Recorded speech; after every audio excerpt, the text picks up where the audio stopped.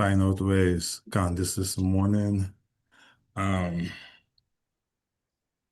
going to like my camera is still giving a lot of trouble, so I don't even remember yesterday.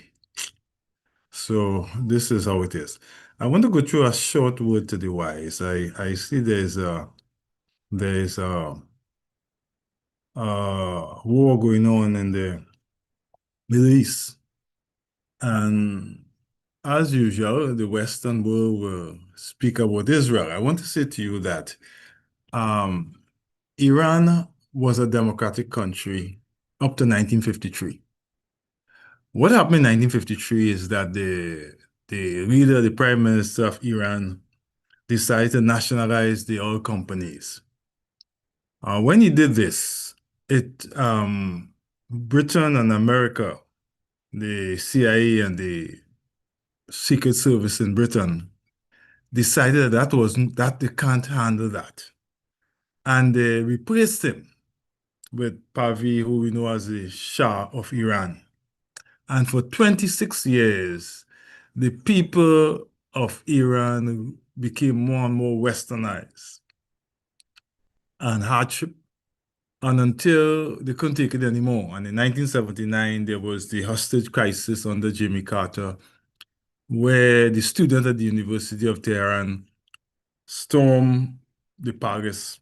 The Shah, he was away on medical in America, and they held the American embassy hostage and it run for 4 or 5 years or something like that. But whatever happened, that started the revolution that we know today as the Islamic Revolution.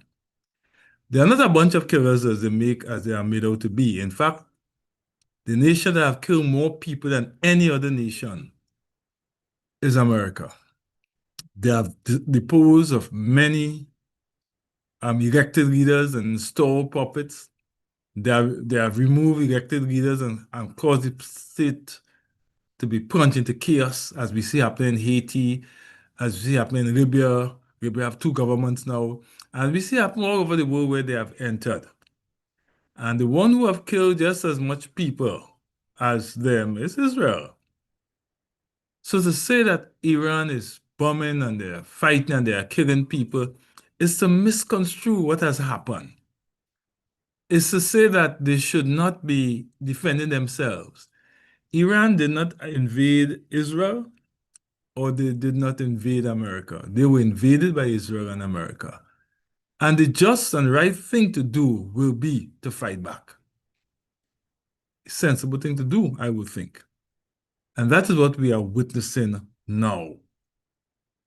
And I want to say to you also, those Christians who believe that Israel is, no, Islam still considers Jesus Christ a great teacher and a Messiah. Israel considered Jesus Christ as what they call him, boy, a bastard. And his mother Mary is a whore.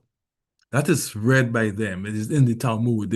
They dress themselves on that on many Sabbaths. And for those Christians who go to the Middle East every now and then and say they went where Paul sat down and all kind of chippings like that, those are tourists. Those are tourism, Israel tourism. I want you to know, as I said last week, the most evil and violent government on the face of this earth is Israel. They are the only one who have been kidnapping and killing leaders and assassinating people and saying that they were assassinating them.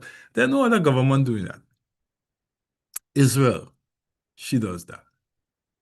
A word to the wise is sufficient. Okay, folks, this morning we have a very interesting interview. I didn't want to be part of the interview. I want the ladies alone to do the interview, but I'm not seeing Candice. I sent an SOS for a friend of mine in Brooklyn to join. I think she just saw my text. And let me ask her while on the phone. I know if she's coming in.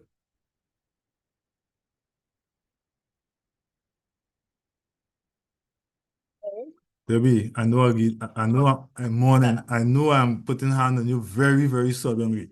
I know that. But don't worry, man. Come on, you don't have to put on, yes, you don't have to put on pretty makeup. I know that. You naturally pretty. So so join me.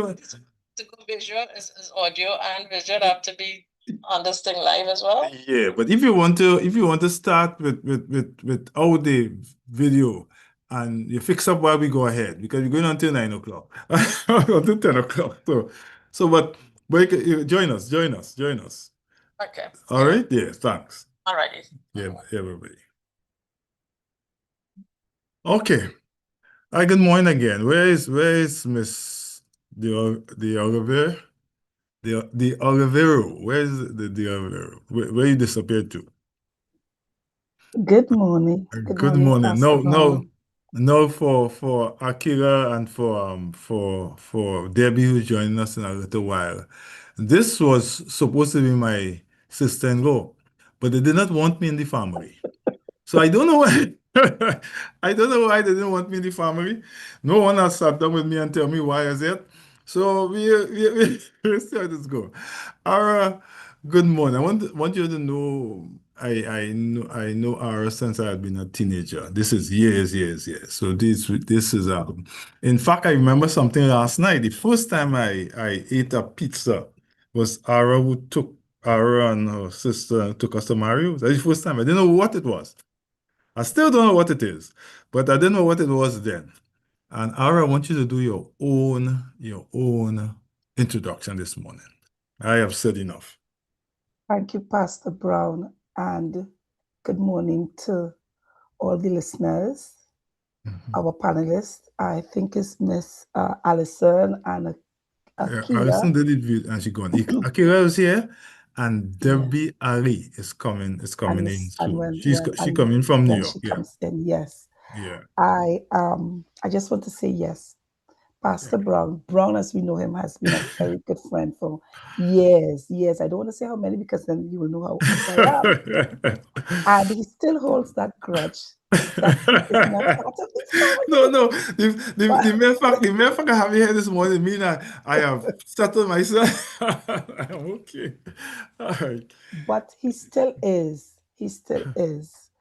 And I just want to thank him for inviting me.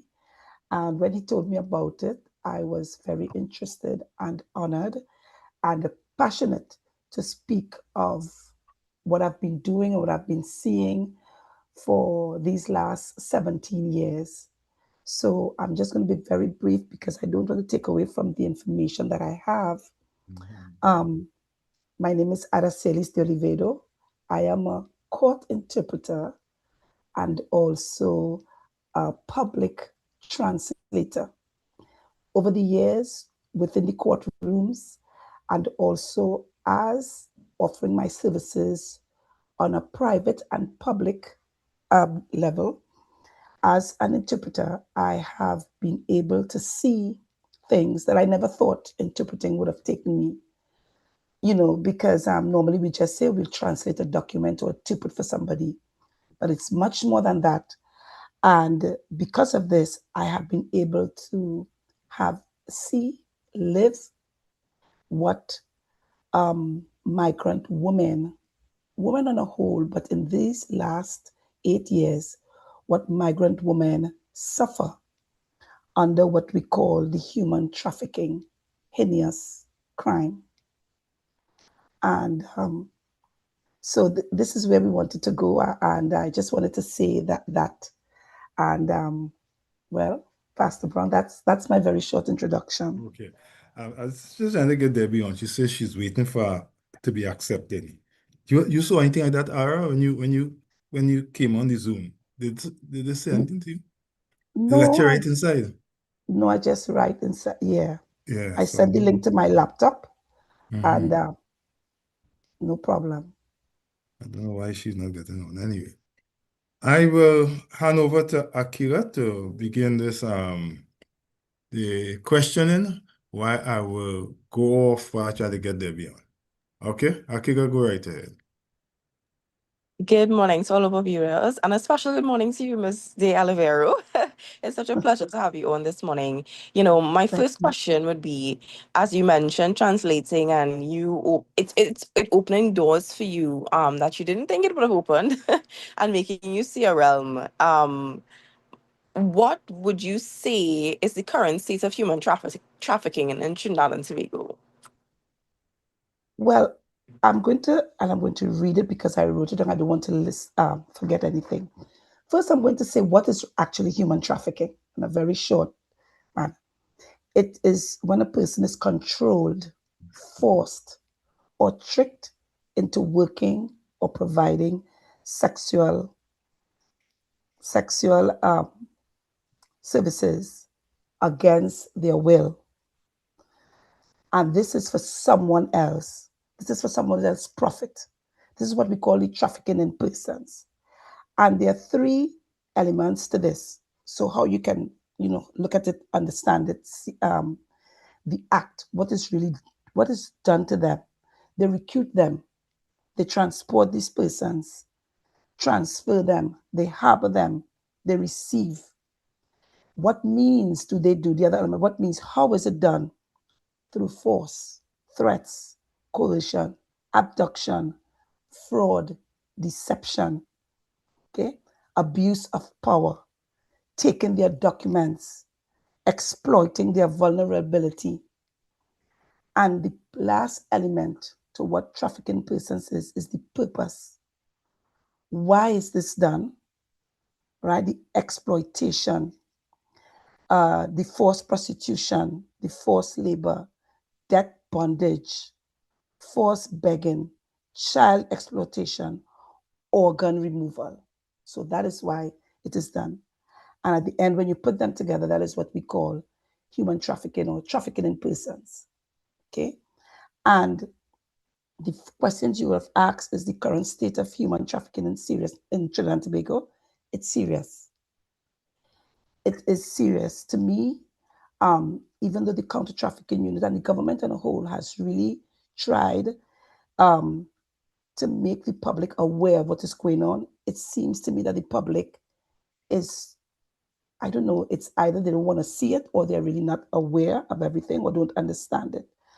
Um, so Trinidad and Tobago is identified as a source, as a transit and destination country for the trafficking of victims, and particularly women and young women and even children. We have had them as 13 years old, 12, and there was even a boy of 7 years old. So, and this is happening here. And as I tell the young folks that I speak to, when Trinidad and Tobago, the lights go off, the underbelly is a different thing. It's a completely different world. Okay. So this is more or less what is the position right now in Trinidad and Tobago. No, before you move on from that era, how Mm-hmm. sensitive is this? And the state present Trinidad and Tobago? Because to me, I only hear about human trafficking when there's some big thing involved. But how sensitive is this among the police, among the population, and why I think it's not so sensitive as it should be? Well, okay. I always remember when I was out of it, I wasn't so inside. And I remember the first time I ever heard of it was actually our the Prime Minister at that time, Mr. Patrick Manning. He would have said about it in Parliament. And I'm like, what? It's like, no, never. No, I didn't believe it. So I'm using myself as an example. I did not Mm. believe it.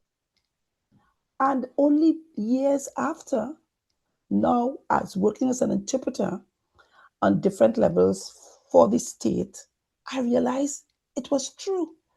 And then continuing to work, I realized how true and how serious this is. And when I look at it from that perspective, and I look at the public, I do not see the public as concerned, or as aware. And this is the government still trying to bring awareness. So there's this gap there.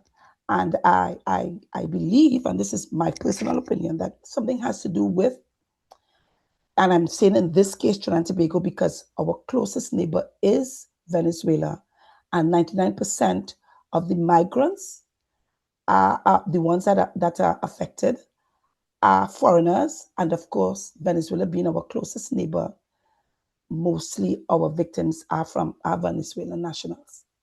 Okay, so when we see this, my personal opinion is we are not aware, and we as a people are not doing more simply because xenophobia. We don't care. I always listen and see the remarks. They know what they're coming for. They like it. They do it. And that seems to be like, so I'm not going to have, that's their business. But it's our business. It's all of our business. It affects one woman, one child. It affects all of us. And I've seen it played continuously now, even when these things go to court. So it does affect us seriously. Okay, thank you. Akira? As you mentioned it going to court, it brings another question to my mind. And that question is, what are the main challenges authorities face in prosecuting trafficking cases? As you said, the government bringing awareness and stuff to citizens and sensitizing us to these issues. Yes, well, the main challenges the authorities face, low conviction rates. Low conviction rates. In the last, I think the last conviction we had was about in 2023. And from 2013 till now, we've only had two. They have rescued a lot. We have rescued a lot, over 100, but still only two convictions. It is difficult because we have limited investigative capacity. We have lack of training. And so what I'm saying is the trained officers at the counter trafficking unit, they are just a few. At first, maybe it was enough, but not anymore. So there are just a few, and these are the ones who are being trained. And also the prosecution and the system itself, the judiciary system, it's very slow. I've always said, again, personally, we should have night court. We should have these cases fast tracked, because when you look and these victims are rescued, they have to be in a safe place while this matter is going on, and while their trafficker may be under bail, free, and still continuing doing it, while they have to be, just enclosed in one area and waiting years to get justice if they do. See? So that is some of the challenges we face. Okay, we One of the have, other challenges that I see, that okay, even though things are going on and you see it in your neighborhood, you turn a blind eye to it. So it's not reported. I don't have much knowledge. Trafficking. I'm hearing, Debbie, I'm hearing your, Okay, sorry. It's all right. Debbie has joined us, so she was not aware. Hello, Debbie. Hi, good morning, team. Good morning, panel. Good morning. Nice to be here with you guys. All right. Yeah, Akira, go ahead. Thank you for that. You actually answered my question. Three, as you mentioned, gave the stats of the convictions in Trinidad and Tobago regarding trafficking.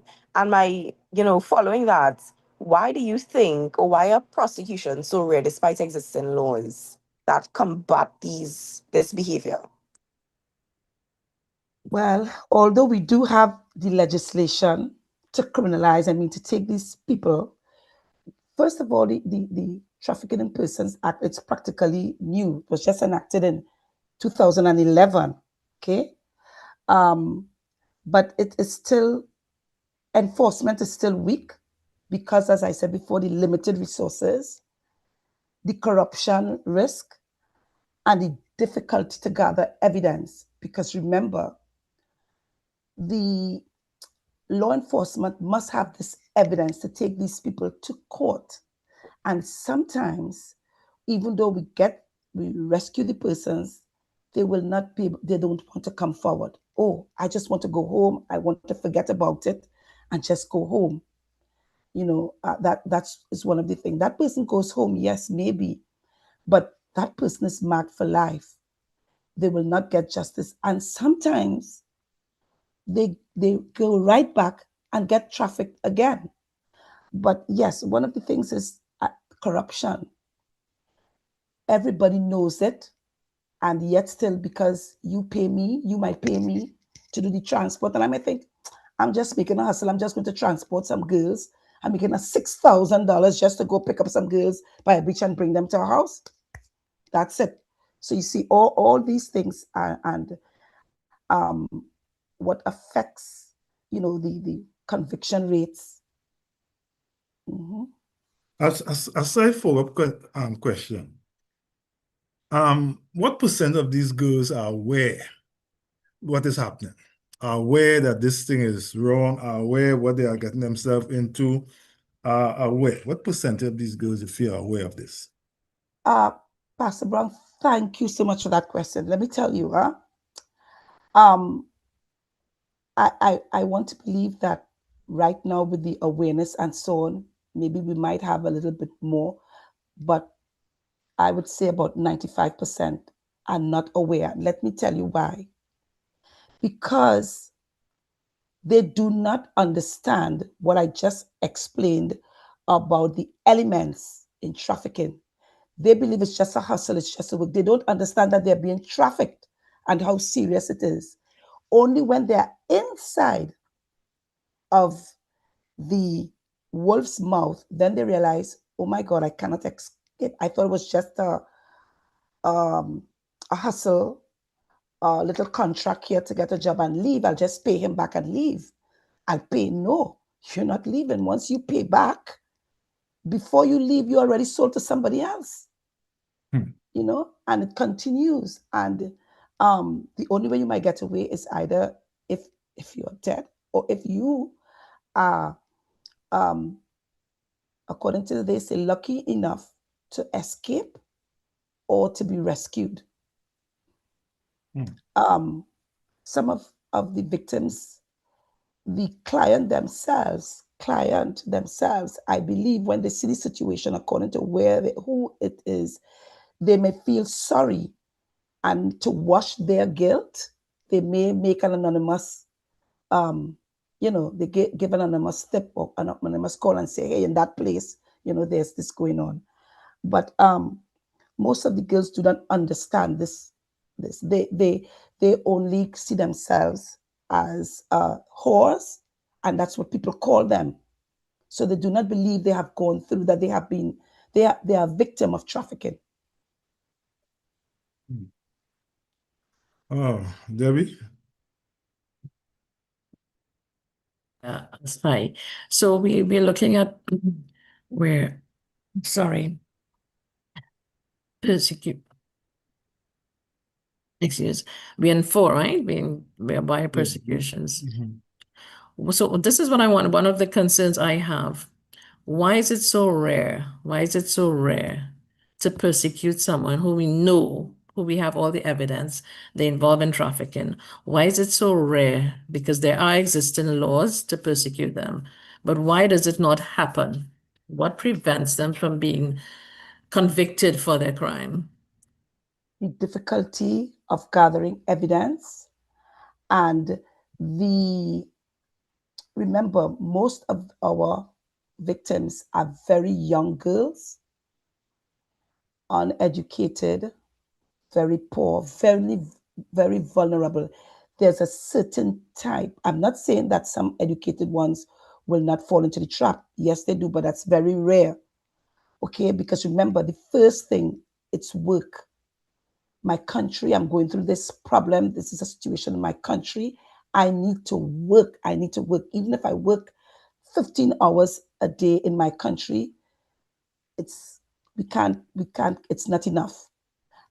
We had a person from Colombia come over to Trinidad, and I said, why, one of the migrants, I said, why did you come to Trinidad where it is so difficult, just the language barrier alone?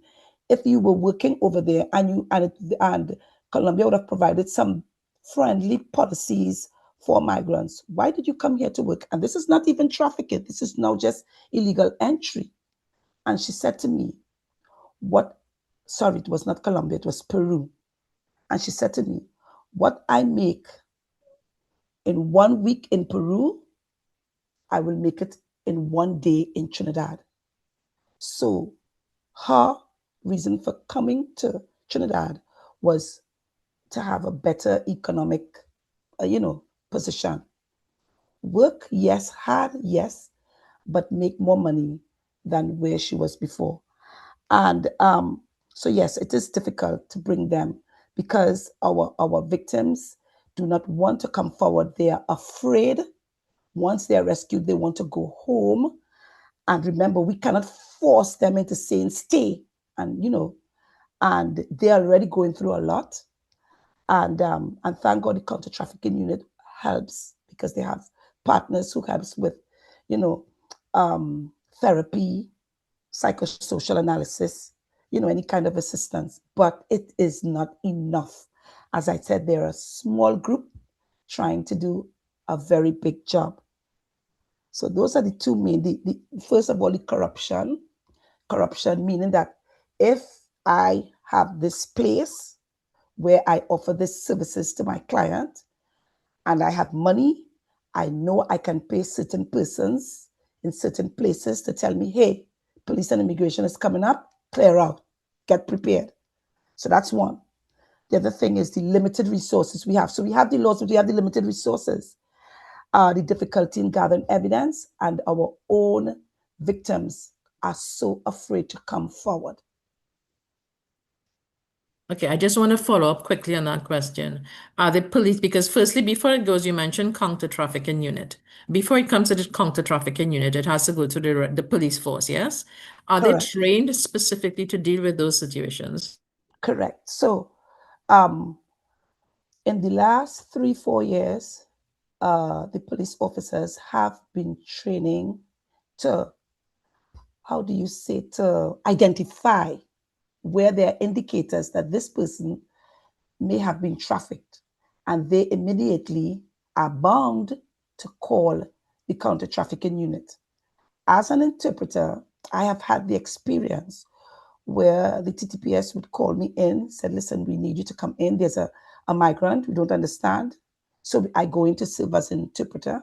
And I myself would immediately find the indicators and I would tell the police officer and inform him, listen, I think I have seen some indicators here and we may have to call the counter trafficking unit. And they immediately would do that. And I say the 3-4 years because before it was not like that. It was just once you go in, and we have had some migrants would say they have gone to 2 or 3 police stations, and they would, don't take them on. I don't understand. You just say, well, they're prostitutes, let them go. This thing, and this is what the government is trying to. What this is, the government is trying to assess and to solve. But yes, I have seen in the last 3-4 years that change. So I understand that they are being trained to identify these persons.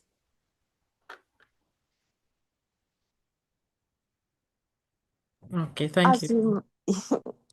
As you mentioned, victims returning to their home countries and us not, well, you are not forcing them to say, what risks do you think these victims face if they return to their home countries? So one of the things that the victims, and in my experience, at first when they come, they do not tell you everything, or they tell you lies. Why? They are afraid. They do not trust you. So we have to build all this trust and before they actually come forward. And something as simple as clothes, something to cover themselves, food, make them comfortable before they can even trust you. And they are afraid. Some of them want to go home, but they are then at risk. Why? Because remember, they were contacted, they were recruited by a trafficker who may have sent someone to pick them up at their home, who the trafficker would have studied this person so they know their family. Listen, sometimes it's not somebody that I don't know. It's somebody that I know that would have trafficked me, a cousin, a friend, my brother's ex-girlfriend, right? So they know each other. So what is the risk that they face? Well, believe it or not, one of the first risks is being re-trafficked. There is the stigma. Everybody in the village, in the hood, knows that you are a prostitute in Trinidad, right? Lack of protection. And even some of them, one of them was telling us that while she was here, the traffickers sent and burned down one of their some relatives' house. And of course, the reintegration would make it difficult for them. So that is some of the risks they face. You're saying things here that I've never considered, yeah? And I'm a sociologist, and you are saying some things there that I never considered. I saw it at the point of people being tricked into the country, and they are working here, some illegally. I wasn't sure if they were doing it willingly, if they were forced to, although I heard a lot saying they were forced to. But this idea of that reintegration into their society back home and the consequences of that, I've never seen it. And sometimes, if we as a people are aware of this dark side of the society, this dark side of life, we may become better. You can hear people say, why did I go home? Why did I go back home? And this and that. And it's so unfair when you don't understand a phenomenon, but you are pronouncing upon it. And I feel part of the reason why people pronounce upon it is because there had been no avenue of learning about it. I don't know about Debbie and Akira, but what you're saying here, I'm hearing this for the first time. First time.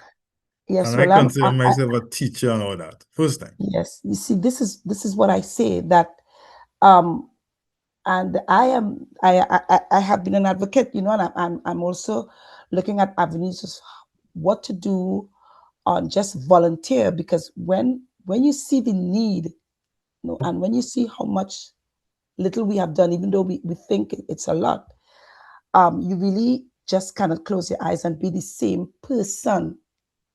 When you live these experiences, when you listen to this person speak, when you look at their body language, when you look and you study their background, you would be amazed. You would be amazed, and not in a pleasant way. And what I'm seeing right now, I'm experiencing something right now where I'm realizing now they're creating some kind of a, so they create the trafficker creates some kind of a cult, some kind of, so these persons, they somebody said, why did they run away? The way these persons play on their minds and have them in this tight, it's like a cult. They don't see a way of escaping. And this is why if we, the normal well, I can't say the persons, the public would understand and even see the indicators, they would be able to come forward and speak. And saying about come forward and speak, I cannot go without telling you that the newest tool the counter trafficking unit right now has is a WhatsApp number. A WhatsApp number 24 hours a day where they can upload pictures, locations, and report in an anonymous way. Anybody can go on this and report it. Of course, we also have, they also have the telephone number and also an email address. But this WhatsApp number, because everybody uses WhatsApp, and I'm going to say it here, it's 702-0467. It's the Trinidad and Tobago telephone number. So I should say 1-868-702-0467. That is now tool that the counter trafficking unit has so that you can report sexual exploitation, forced labor, domestic servitude, exploitation of vulnerable persons. So people only look at it like, oh, that's only for sexual exploitation. No, it's what I just said, forced labor, domestic servitude, and exploitation of vulnerable persons. So, and you all can go on their Facebook page and look at it and follow them, because the more we know, the more we'll be able to identify and report it.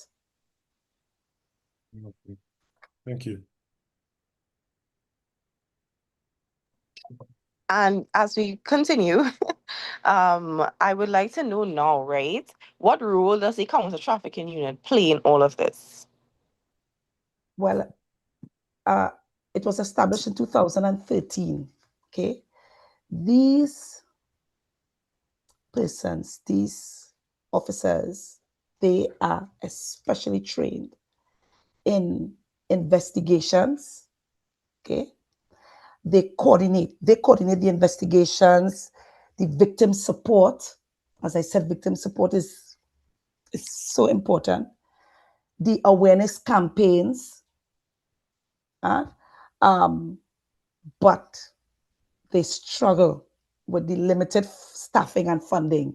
I call them an elite group, and remember, most of our victims do not speak English, so they also need specialized interpreters.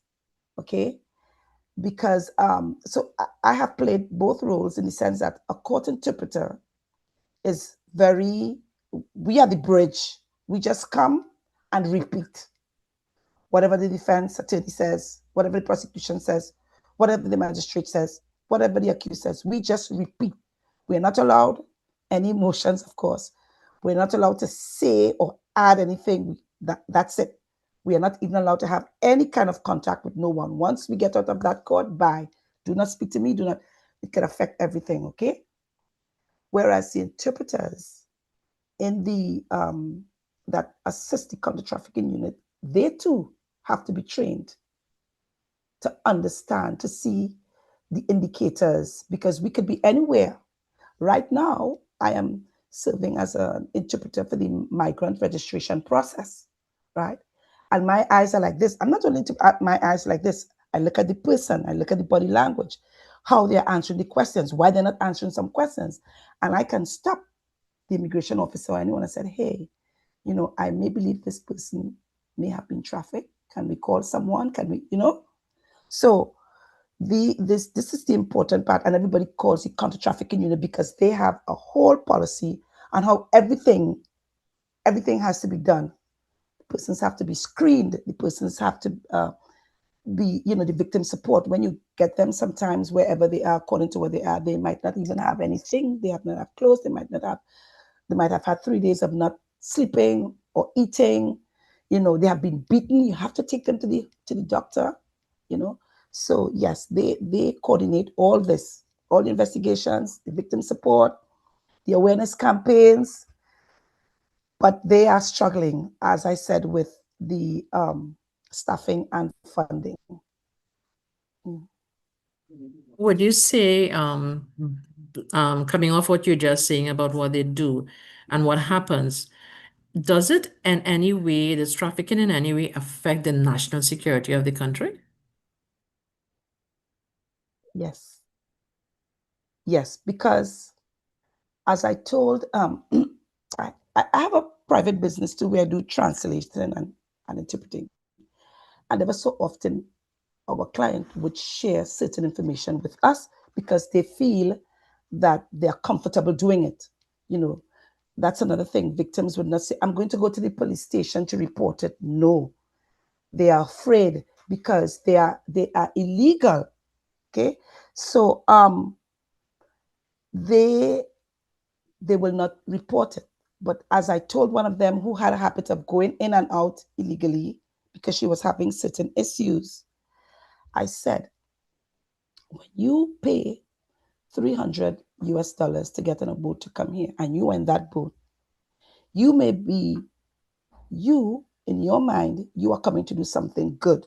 You are running away, you're coming to work, you are seeking economic, an economic situation that you cannot get in your country.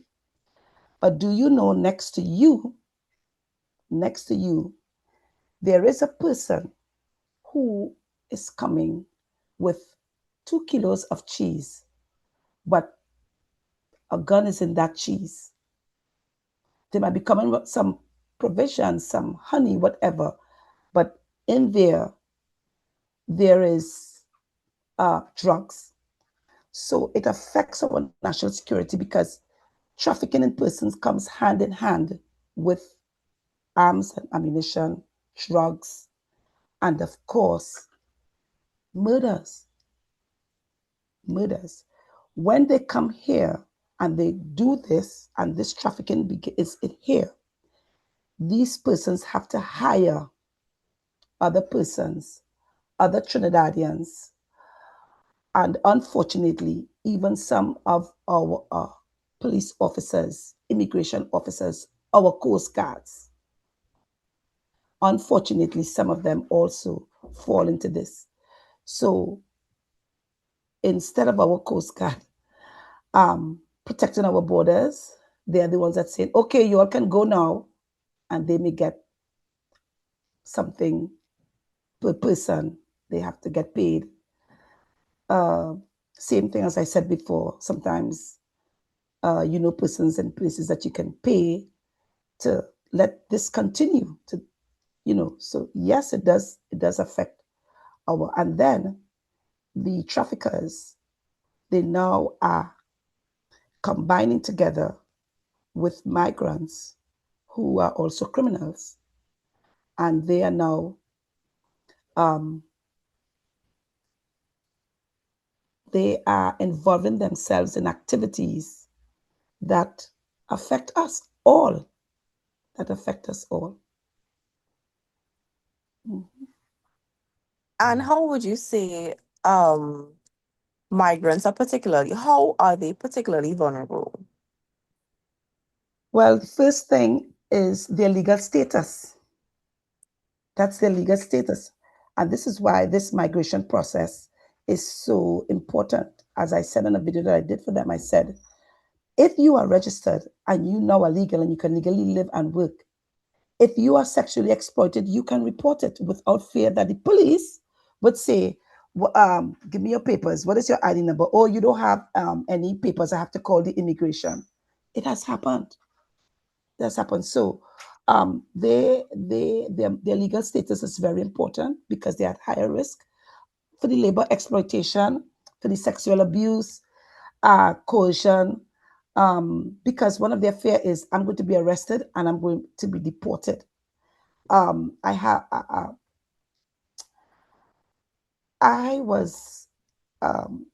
sister and I experienced something like that. We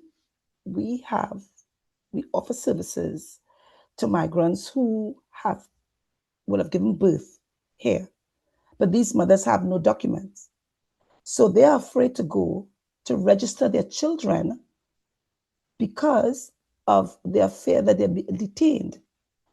At that time, whenever they arrived at the ministry to register their children, the civil registry, they didn't have any documents. So the civil registry would say, well, go to immigration. Not knowing they would go to immigration, they would be arrested. So they were not registering these children. So you have a 6-year-old children born here, no vaccination, no schools, right? So we began a campaign on this. And one day, one approached my sister and at the civil registry. She had a baby. She had on a very dark glasses. We took off the glasses, a bruised eye, and an iron print on her arm. And she said, I am being abused by the child's father. I want to go. I want to run away. So here I am with my good self. Take her to the nearest police station. And my sister did. And then while she was there, the officer did ask the person for their documents. And on hearing that the person was undocumented, said, well, you are illegal. I have to call the immigration. No, but And when wait. That that cannot be legal. I If you know, are, if you that yes, cannot be legal. If you are yes, fleeing you have to by forget, international law, if yeah, you are but it fleeing from happens here. anywhere, It that happens cannot here. be unless you're It Donald happens Trump. here. That It cannot happens be here. legal. So It they happens. treat it as illegal. Yes. Go ahead, So go ahead. when my sister called me and said, listen, we this is happening, I said, okay, listen to me. I don't know how you're going to do it. Say you're going to buy some water furniture or whatever. Get out of there now. I said, get out of there, take a taxi, and go straight to the Venezuelan embassy. And from there, we were able to assist. Okay. But these are some of the challenges migrants face. I do not believe that our local people understand the challenges. And I'm not only talking about the Venezuelan migrants, I'm speaking about migrants on a whole because this registration process now is for all migrants. And I have been helping them to go online and register. And the things that you see and you hear, you are like, oh my God. I met a lady from Jamaica, 21 years illegal, 21 years working for somebody, working for peanuts, working for $50 a day because she is living there. And I am like, what? So these are the things that happen. And yeah. So sometimes our police officers, I believe maybe I'm not all, because most of them, I must say, they really try. But I think the first thing that the barrier is the language. I can't understand. I can't get an interpreter right now to go right away, and then it's like just just get taken down and then that's it. Nothing is done. It's reported and that's it. Mm-hmm. Okay, so sorry, go ahead, Akira. Sorry. Okay, thank you so much for, that. My eyebrows are raised and I'm internalizing everything that is being Yeah, said. yeah. You spoke about, the sensitivity of migrants, especially in Trinidad and Tobago. What would you say are some of the economic factors or the impacts that it has on trafficking? One of the things is trafficking drains our resources. It drains our resources because I am just telling you about this small unit, counter trafficking unit, that does, they need so much more people. So it drains our resources. And then sometimes I look at the police officers, they feel frustrated. They do all this work, they monitor, they investigate, we do this, all the everything. And then the case dies because, as I said, of lack of whatever, and they do all this. So all these resources, it drains it. Um, it also, it fosters the labor markets, and when we have all this trafficking going on, and I really wish, and I hope soon we can get exactly, good statistics on it. It undermines the fair competition, and it increase the cost for the law enforcement and even the social services. So um, the I'm going to take it on a personal level. The interpreters, they go out together with the officers. If they know if there's information that there's this place of interest where they might find some places of interest, they get all this together and then they have to come up and say, we need interpreters. Because so everything is double. Everything has to be double. Documentation has to be double in English and Spanish. We need interpreters. Once we get 15, 20, I don't know, recently you would have heard the news, 44 women, right? The 41 women. 44 women means meals, place for them to stay, persons to attend to them, uh, uh, the law enforcement, the staff. And this is like the first 48 hours is very important because if persons are arrested, you can't have them for a long while. All these things. So it does have an economic impact. Mm-hmm. And from what I'm hearing, sorry, it does also have an effect on the social cohesion of the island. Yeah. Yes. You guys Yes. seem to be so overwhelmed. Yes. It Yes. affects economics, it affects the Yes. social cohesion Mm-hmm. of the country. Mm-hmm. This is my personal thing. I just am passionate about what is happening in the country. Is there any means by which people are addressing this publicly so that you guys can get what the assistance that you need? Yes. Well, I know Ms. Dane Marie Marshall, who is the Deputy Director of the Counter Trafficking Unit. She really tries hard to get people to come on board, as she calls them, her partners, to invest in any way, from little as care packages for our victims when they are rescued. Remember, when they are rescued, sometimes it's only what they have on their back. If they have been rescued in these types of places where the prostitution services is being offered, you would imagine the kind of clothing that child or that young woman would have been wearing once she is rescued, and that's it. And sometimes when they're rescued, they have to take them first to maybe to this place, first to this place first. And one of the things I always said, let's get blankets. Trying to get blankets, at least to have them covered. Some of them sanitary, the sanitary napkins for ladies. That's another thing. Food, so that when we have them in safe houses, what do we feed these people? Okay, so these are the things that people on the outside would not look at, but that is, and I know the government also has issues with finding safe houses for persons, to keep these persons protected and safe while their case continues. If you had to say, give some form of advice to help the public reduce the trafficking risks, is there anything the public can do? Is there anything we can do? Well,